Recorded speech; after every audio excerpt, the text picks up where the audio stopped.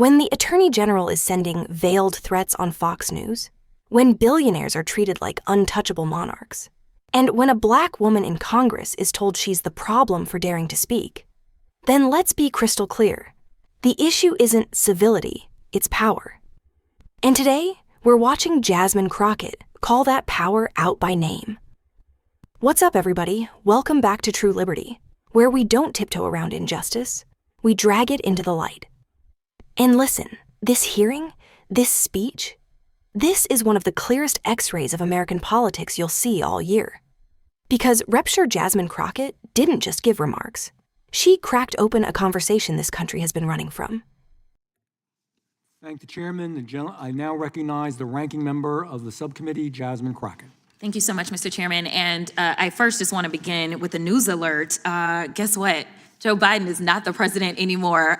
So maybe we can move on. Maybe we can move into the present, because it seems like we are living in the past. And listen, these are not the good old days, like you used to sit around and your grandparents would talk to you about what used to happen. What we need to be talking about is how we are going to legislate, because I think that some of my colleagues have confused what our jobs are. And I get that we're sitting in judiciary. And so it may seem as if we are here to be litigators, but we are here to be legislators, which means that we are supposed to be writing laws, not trying to have our own trials and determine whether or not something is true or not, or whatever the case is, or who should be sued, who shouldn't be sued.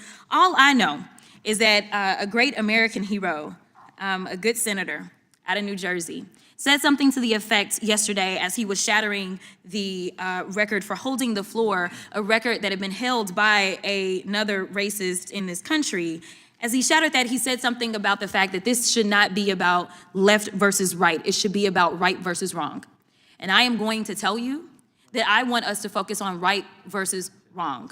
The reason that we are struggling right now in this country as it relates to people not trusting agencies, honestly, a lot of it is because of elected leaders. Let me tell you, one of the things that the chairman and I actually agree upon, we don't agree on a lot, is that we both know that there has been a sharp incline as it relates to threats upon our lives.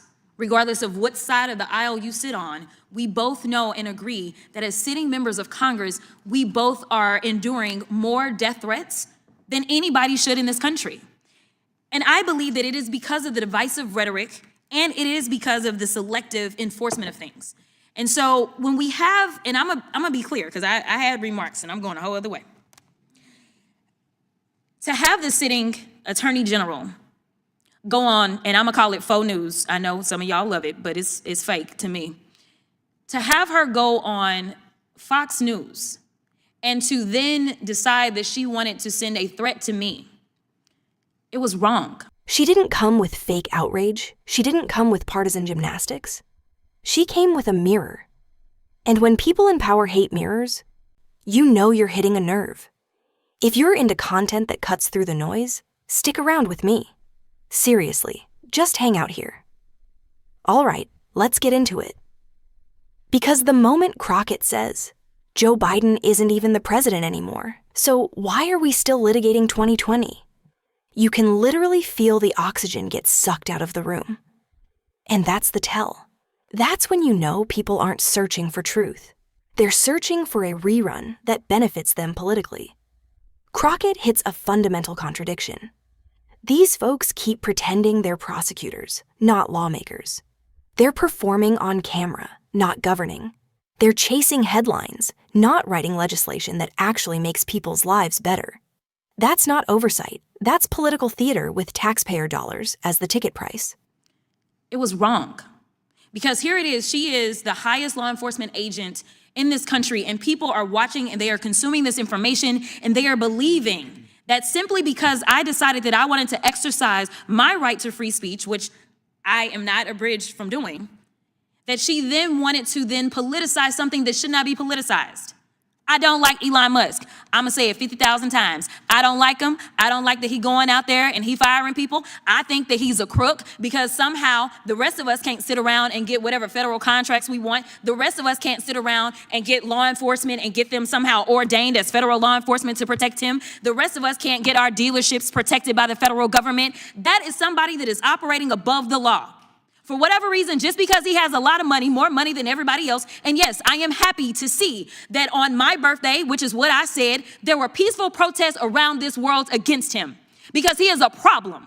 And so you never should have somebody that is sitting that high and is going to sit up here and threaten a sitting member of Congress when she knew good and well, if she watched the entire thing, that I specifically told protesters to make sure you consult with lawyers, just like I've told protesters over and over and over in the history of me advising people to go out and exercise their constitutional right. The fact that there are other sitting members that have received letters of threat from this new DOJ tells me that they are about retribution and they are not about following the law. The reason that our party, or I won't even say our party, our country is torn apart is because we can't even agree on right versus wrong. This should not be left versus right. The only thing that we're asking is that we have law enforcement that will show up when there is an actual crime. If somebody calls and says, hey, I need you to investigate this cyber crime, or I need you to investigate this child pornography, or I need you to investigate this robbery, then we want somebody to show up, and we don't want them to look at us and act as if just because I'm black or because I'm woman, that I am not worthy of having that case investigated, because we have an administration that is continuously railing against diversity, equity, and inclusion, or we don't need people that show up that feel like diversity should not be valued. That is why we should have somebody that may show up and looks like me. The final thing that I'll say, because you've been gracious, is this. When I first became a public defender, I had no criminal defense experience. And I walked in and I told my boss, Charlie, I said, listen, you should hire me. He said, why? I said, because I'm black. Charlie looked at me like I was crazy. And I said, let me tell you something.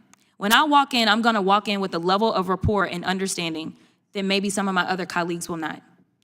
Charlie offered me my job, and I worked my butt off, and I worked really, really hard for all of my clients, not just those that look like me. And that is what it looks like to serve.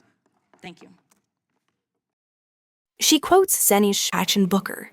This isn't left versus right. It's right versus wrong. But notice who gets threatened when they say that out loud. Not the people abusing power, but the people calling it out. That tells you everything about who is truly invested in dividing this country. Let's talk about what she points out.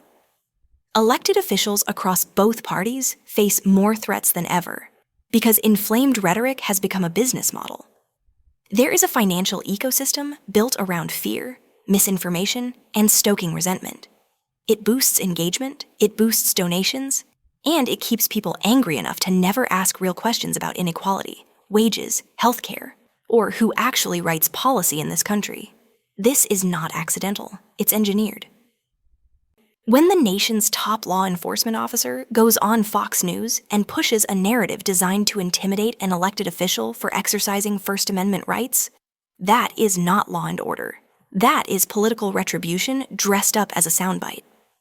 And Crockett says the quiet part out loud. Selective enforcement is corruption. Crockett's critique of Elon Musk isn't personal, it's structural. She's naming what billionaires represent in a deregulated, privatized, hyper-concentrated economy. Unelected power, unchecked influence, privileged access to government, corporate welfare masked as innovation. Regular people aren't getting federal law enforcement assigned to protect their factories. Regular people aren't getting unlimited government contracts. Regular people aren't shaping policy behind closed doors. This is about class, not personality. Crockett makes it clear she always tells people to consult lawyers before protesting, because that's how responsible civic leadership works. But the DOJ pretends exercising rights is incitement when the speaker is a black progressive woman. That's not justice. That's bias with a badge. Her story about becoming a public defender hits deep. Representation doesn't mean favoritism. It means understanding. It means trust. It means that people who have been historically targeted by the system finally see someone inside that system fighting for them instead of judging them before they speak. Diversity is not a threat. It's a democratic necessity. Crockett isn't asking for special treatment. She's asking for investigations when crimes happen, an end to selective outrage, a justice system that applies the law equally, institutions that protect the public rather than punish critics. And the fact that this is controversial, that tells you the real crisis, not polarization, but a refusal to confront wrongdoing when it's politically convenient.